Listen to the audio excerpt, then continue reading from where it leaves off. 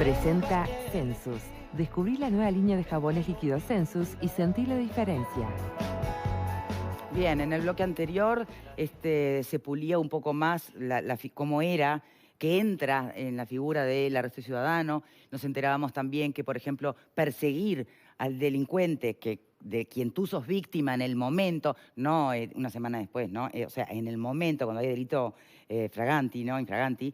Bueno, también está avalado, digamos, dentro de lo que es la figura del arresto ciudadano. Lo que nos va quedando siempre, dependiendo del caso a caso, es el desenlace final, si es que el delincuente termina recibiendo lesiones o termina muriendo.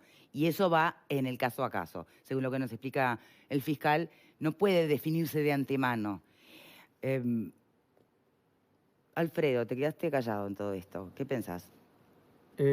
Yo siempre dije que no podemos permanecer indiferentes y hay que meterse.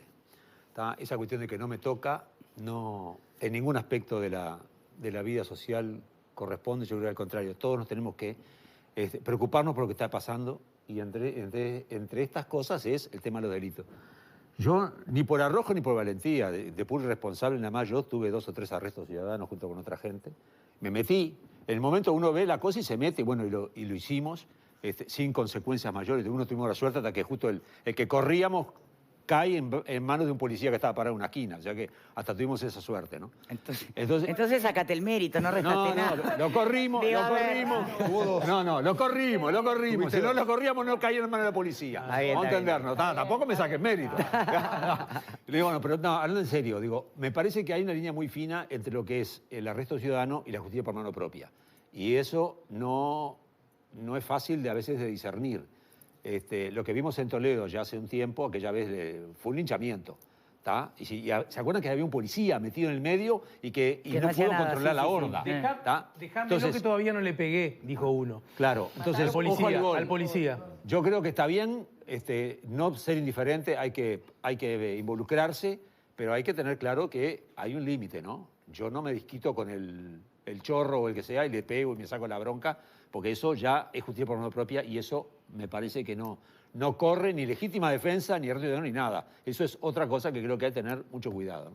Ale. Sí, en algún modo coincido con Alfredo y en algún punto también con Graciano, porque desde la perspectiva no de este tema, sino desde la perspectiva ideológica, yo estoy a favor estoy en las antípodas del sálvese quien pueda, del si no me toca a mí no es problema mío, justamente en todos los temas. Tengo una mirada que va en esa dirección siempre. No alcanza con que a mí me vaya bien en la feria para creer que la vida es justa. Y desde esa perspectiva yo entiendo que la intervención ciudadana es algo que yo lo vivo como algo favorable, desde cualquier perspectiva, desde cómo solucionamos un problema de un bache en una calle, de cómo ayudamos a un vecino que la está pasando mal, o aún incluso en un caso de delito, de agresión, de cierta forma de crimen. A diferencia de lo que dicen los compañeros, aunque sé exactamente desde dónde lo dicen, yo no creo que sea tan difícil de separar, de discriminar una situación de la otra. Una cosa es cuando alguien ante una injusticia interviene, conozca o no conozca a la víctima, y hace lo posible para que esa injusticia, primero, no se concrete y en caso que se haya concretado, no permanezca en la impunidad. ¿Se entiende? Esto me parece que cualquiera lo puede entender. Otra cosa, quizás por ahí en los comentarios de Alfredo, es cuando yo aprovecho una circunstancia donde el presunto delincuente ya está reducido, además somos 500, ¿verdad? Ya hay hasta una cuestión numérica que habla de una exageración y donde da la sensación que muchas veces la intención no es evitar la injusticia, sino yo de alguna manera generar ese verdadero oxímoron, esa verdadera contradicción que significa justicia por mano propia. La justicia, si es por mano propia, por definición, en los estados civilizados no es justicia. Bien. Perdón que insista en cuán claro está eso que tú planteas como muy claro, ¿no? No. Entiendo lo que vas. Pero creo que hasta uno se puede dar cuenta y decir, epa, acá nos estamos yendo, acá no estamos pasando de rosca. En algunos casos es evidente, en otros, a ver, si el punto es, si lo que entendemos como valiente, como honorable y casi hasta como una responsabilidad como ciudadanos solidarios, es intervenir para que no se lleve a cabo ¿no? Primero proteger a la persona amenazada y después prevenir, evitar que se concrete una injusticia. Bien. Ahora, ¿qué pasa si fuera tan claro cuando, por ejemplo, termina preso el comerciante que por cuarta vez le viene a robar el mismo delincuente, se está yendo armado, se está yendo con el dinero, pasó el local y el comerciante le dispara? Porque ahí, a ver, tendría, primero, proporcionalmente, arma a arma. ¿No estaba la vida de uno o del otro en juego? No sé, pero estaba tratando de detener que le terminara de robar por cuarta vez o por primera vez. No hay por qué esperar que te roben cuatro. Entonces, pregunto, ¿no? Por supuesto, el comerciante no va a querer tirar a disparar. Seguramente no está bien entrenado y en vez de darle en la pierna, lo mata. Hemos visto muchos casos en los que la justicia allí lo único que visualiza es acá hay 2 delincuentes y van los 2 presos. Uh-huh.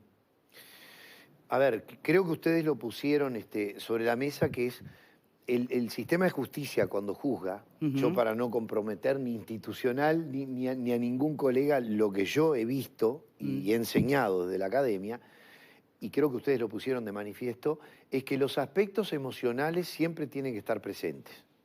Es lo que hace difícil la situación.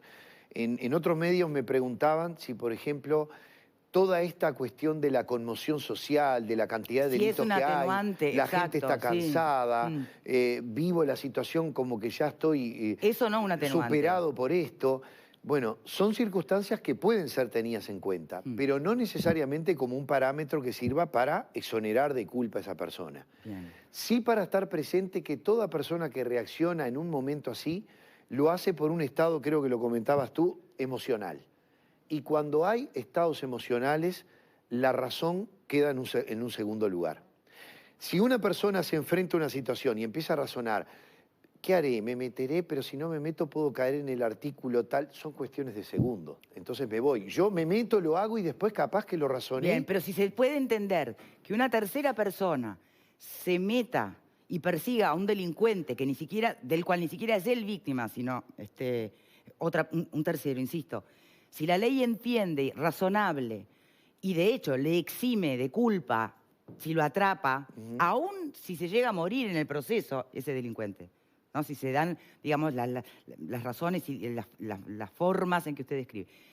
¿Por qué no se entiende para el caso de un comerciante que se defiende a sí mismo de ese delincuente y va preso?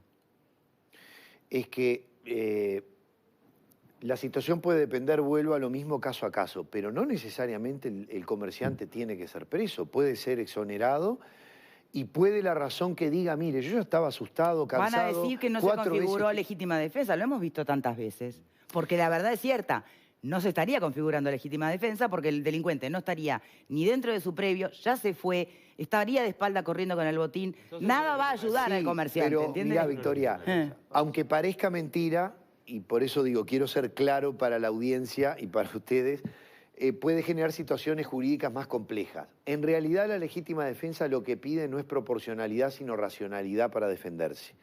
Punto 1. Eso significa que si yo tengo un revólver o una escopeta o un rifle y no tengo otro medio razonable, nada me impide a que lo pueda utilizar aunque la otra persona no tenga nada, porque no exige proporcionalidad de medios. Si tiene un cuchillo, tengo que defenderme con un cuchillo. Una piña americana, una piña americana. Exige racionalidad. Siempre no pensé importa que lo use. Mirá. No, Racionalidad. No es. Está el caso de legítima defensa incompleta también. También la legítima defensa, pero además la ley dice para repeler o impedir el daño. Bueno. Entonces ahí se plantea qué ocurre cuando la persona ya hurtó, se está yendo, deja de haber peligro de que se vaya con lo mío. Bueno, ahí va. El daño ya deja de ser contra mi vida, pero se queda circunscrito un daño material. Contra la propiedad. Exacto. Y la ley habilita, el artículo 26 de la Constitución, habilita defender contra la propiedad. No establece una equiparación de bienes. Dice que toda persona puede defender cualquiera de los bienes a otras personas o a otros bienes, o recuperar sus efectos que estén previstos en la Constitución, que es el artículo 7. Propiedad, vida, honor, libertad, en fin, todos los que prevé la Constitución. Y no establece un régimen de equiparación entre el bien que me están ofendiendo y el que puedo repeler. Yo puedo atentar contra la integridad física de una persona para defender un bien económico. ahí no hay una equiparación de bienes. Puedo afectar un bien mayor. Pero eso ya no se está colocando entonces en el mismo plano que un policial, que un policía. En el mismo régimen, no lo entiendo, a ver. Claro, digo, si fuera tan sencillo. Es que no es sencillo. Bueno, pero usted lo está planteando como que todos tenemos derecho a repeler como sea, aún sin proporcionalidad, sí con racionalidad, que se consuma un hecho delictivo contra mi persona o mi propiedad privada. Que puedo hacerlo. ¿Y cuántas veces hemos visto gente que lo hace y termina presa? Y bueno, porque ahí hay que estar caso a caso y habría que conocer cómo fue el caso, si se juzgó bien, pueden haber apelaciones. Yo siempre les digo a los muchachos en la facultad, los casos de legítima defensa son los más difíciles de todos porque no hay una regla. Hay gente que dice, si mato adentro, está bien, me exonera. Esas cosas. Y no necesariamente.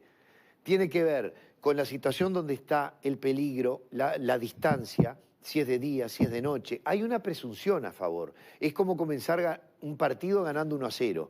Pero hay 90 minutos de juego y puedo perderlo. Bueno, hay una presunción a favor, doctor, de quien se defiende. Del mismo modo, como siguiendo la preocupación de Victoria, la idea esa de que de alguna manera se había impuesto, quizás a nivel popular del conocimiento, ¿no? Si es adentro, tampoco el que tú cometas esa acción y le provoques quitar la vida al presunto delincuente fuera, tampoco implica que no sea válida la legítima defensa, ¿se entiende? Tampoco, claro. Digo, porque también la idea era que si era fuera de tu casa, ahí sí o sí, de alguna manera te caía el peso de la norma. Incluso ¿no? más, jurídicamente, estos casos que están exponiendo, que parten de un arresto ciudadano, pueden partir de una causa de justificación, que se llama cumplimiento de la ley, hacia una legítima defensa.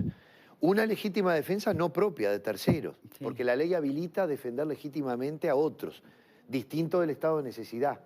No hay un estado de necesidad el que hurta, el que para robar, para comer, hurta para comer. Pero el arresto ciudadano es otra cosa, ¿no? El arresto ciudadano es la privación de libertad autorizada por la ley. Yo puedo privar de libertad, pero como ustedes dijeron, privar de libertad para reducir, detener y contener al individuo. Hasta allí.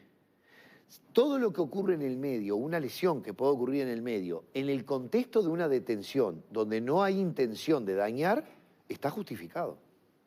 Es decir, si somos 3 personas en una calle, oscura, de noche, un delincuente que está amenazando con algún arma blanca o la que fuera a una tercera persona, y yo, no va a ser el caso, pero ponele, ¿no? Y yo tuviere también un arma, porque tengo porte, ponele, no tengo, estoy suponiendo. Como no tengo otros vecinos que me ayuden a poder reducir a ese delincuente que está cometiendo el delito infragante en ese momento, yo me atribuyo, en honor justamente a ese derecho que tengo de colaborar con la sociedad y con la policía, y le disparo al delincuente para que deje de amenazar, para que interrumpa el delito que está cometiendo. Ahí, por ejemplo, puedo estar ante una legítima defensa de terceros. No un cumplimiento de la ley de detención. Estoy defendiendo a otra persona de una agresión que le provoca a ese individuo. Yo intervengo en legítima defensa para defenderla y tengo que intervenir para repeler, reducir la agresión. Si luego de eso le disparo y pudiéndolo hacer en menor medida, le disparo a la cabeza, lo maté. De la misma manera que si soy solo y necesito detener a 3, no puedo dispararle a las 3 personas para decir, no, porque si los hiero, de alguna manera no pueden moverse. Y como este podía caminar con una pierna, le disparo en la otra, así no se mueve mientras viene la policía. Esos son casos, por ejemplo, donde hay una irracionalidad. No es ponderado, no es razonable que una persona... Pero yo estaba solo y eran 3. Bueno, ahí lamentablemente... ¿Y cómo tenía que haber hecho entonces la persona? Y bueno, ahí va a tratar de detener probablemente al que pueda. Defender a la víctima en un estado de legítima defensa. Eso es distinto. Si necesito dispararle a las 3 personas porque están agrediendo a la víctima, actúo en legítima defensa de tercero y estoy autorizado. Pero no en el cumplimiento de la ley para detenerlos. Si yo digo, no había agresión a la víctima, pero se me iban a ir... Y como no tenía cuerdas ni precintos y era solo, con 3 le disparé a cada uno. Pero si no había agresión a la víctima, entonces no se estaba cometiendo ningún delito. Y hay un delito en ejecución porque podía haber una tentativa de rapiña. Si, por ejemplo, estaban tratando de agredir, o un hurto, porque se acercaban a la víctima y la víctima la lograron tirar o estaba con los efectos en la calle. Hay en ejecución un delito. Pero esas son las cosas que yo lamento si no puedo ser muy claro. Pero ese es el problema que hay que medir el caso a caso, porque uno puede enfrentarse a distintas causas de justificación. Bien. Una cosa es un cumplimiento de la ley que está previsto en el artículo 28 del Código Penal, y el otro es la legítima defensa que está en el artículo 26. Y los dos se miden con varas distintas, aunque están en un mismo hecho. Bien. ¿Y cuán impermeable es la justicia, o sea, los operadores de justicia, a eso que sí nos permea a los ciudadanos comunes, que es el hartazgo, el cansancio, ¿no? La sensación de basta con los chorros, todo eso? ¿Cómo permea eso a los jueces, que son también seres humanos? Porque hoy escuchamos a las autoridades decir que están preocupados por el aumento del fenómeno de los arrestos domiciliarios. ¿Por qué están preocupados? Yo creo... Si se supone que la justicia va a intervenir, el tema es que si además los operadores jurídicos también están de alguna manera permeados por esta misma emoción colectiva, bueno, capaz que se nos está yendo la moto para algún lado. No lo sé, pregunto. La sensación que tengo yo, Víctor, y como operador de más de 20 años en la parte penal, es que una legítima defensa, o la concepción que el sistema de justicia tenía sobre la legítima defensa hace 20 años, 10, 15, no es el mismo del de ahora. Por supuesto que un operador jurídico tiene que tener la suficiente profesionalidad como puede tenerlo un médico cuando va a intervenir en una operación una persona que sabe que es un delincuente y tiene su historia de vida donde es sensible ese tema, pero hoy es un médico que está interviniendo para salvar a una persona. El operador jurídico tiene que tener la suficiente profesionalismo para no atarse en su concepción y predisponerse que como las estadísticas están aumentando y hay demasiada violencia, voy a juzgar lo que no corresponde. Lo que sí puede pasar, y yo creo en lo personal, lo advierto como una percepción, es que el sistema es más, no sé si es la palabra ajustada, pero quiero flexible, permisivo, sensible a tratar de entender que ciertas situaciones que hace 20 años atrás podrían juzgarse con mayor rigor, hoy trata de interpretarse con más flexibilidad. Porque la concepción de flexibilidad no es más que la forma en que interpretamos la ley. Y la ley es una sola. Yo puedo decir que es razonable defenderse en forma razonable para repeler una agresión.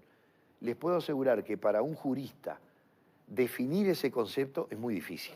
Está claro. Fiscal, tengo que despedirlo, pero me gustaría que aprovechara los últimos segundos para hablarle a la gente directamente ante, bueno, este tipo de situaciones. ¿Cuál sería su mensaje? Y bueno, el mensaje mío en lo personal es tener la tranquilidad de que los arrestos ciudadanos están permitidos y autorizados por la ley. Tener la tranquilidad que el arresto ciudadano es un acto de solidaridad, de ayuda a la ley, al Estado, pero que no puede implicar sustituir al Estado ni sobreponerse a él.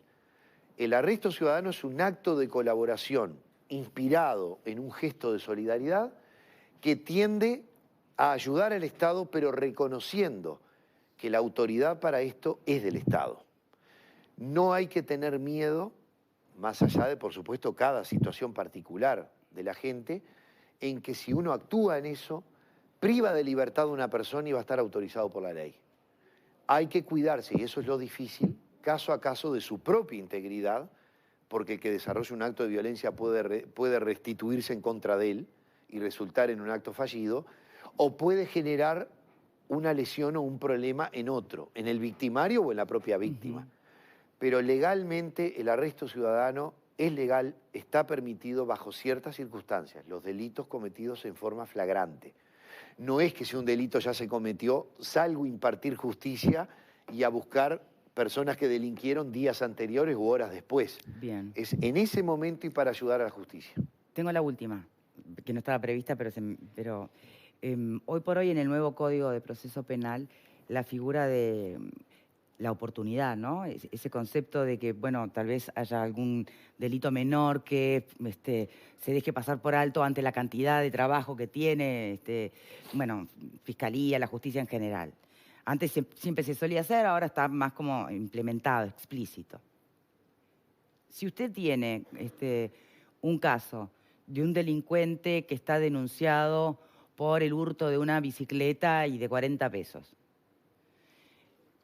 y tiene a un ciudadano que está denunciado por exceso en un procedimiento de arresto ciudadano, ¿correría la oportunidad para quién? Según el caso, podría ser para cualquiera de los dos. En el caso del arresto ciudadano, podría estar ante una causa de justificación y decir, este es un arresto realizado en forma razonable, prudente, y está amparado por el artículo 28 del Código Penal. Es una causa de justificación y no tiene responsabilidad penal. En el caso de un hurto... No, pero que aún si la tuviera, porque ya hemos asistido también a casos donde hay responsabilidad penal porque se cometió el hurto, Y pero claro, no, se deja porque hay mucho trabajo. ese es el llamado principio de oportunidad. Exacto. Cuando no hay un grave interés público en perseguir, el artículo 100 del Código de Proceso Penal Bien. habilita al fiscal a poder aplicar ese principio. Sí, sí, pero por eso lo planteo. Si se aplica para un delincuente, porque hace un delito menor, si se quiere, ¿se puede aplicar para una persona que se zafó un poquito de la línea de lo que configura estrictamente el arresto ciudadano? Se puede aplicar, pero por razones distintas, porque en el principio de oportunidad hay un delito Sí. y hay una responsabilidad Sí. penal. Podría formalizarlo Sí. y condenarlo. Exacto. Sin embargo, existiendo eso, tengo el derecho dado por la ley de aplicar un principio y no perseguirlo. Bien. En el otro, no lo puedo perseguir porque la conducta está justificada. Pero, no, pero justamente lo que estoy diciendo es, en caso de que hubiere dudas y hubiere que procesarlo para efectivamente hacer un juicio a ver si estaba o no justificada, Sí. ¿no puede correr ahí el principio de oportunidad de decir, mirá, sí, capaz que sí cometió el delito, que se fue de mambo, que más que arresto ciudadano hizo justicia por mano propia, pero hay mucho trabajo, vamos a no perseguirlo, a perseguir otras cosas más importantes? No, ahí lo que hay que hacer es, si resuelvo no perseguirlo, puedo Sí. hacerlo por dos razones.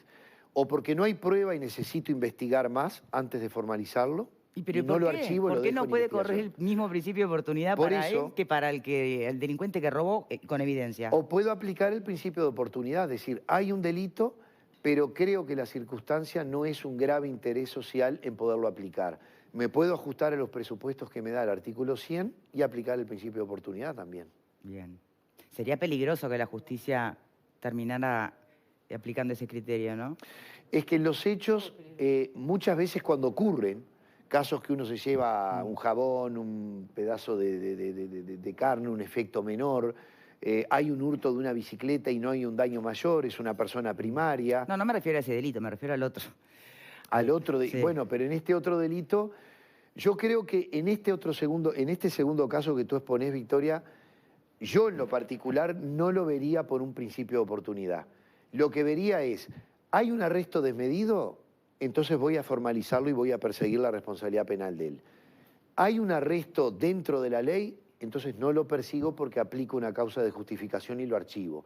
Pero no es un principio de oportunidad. Es no perseguirlo porque hay una causa de justificación que autoriza haber actuado esa persona.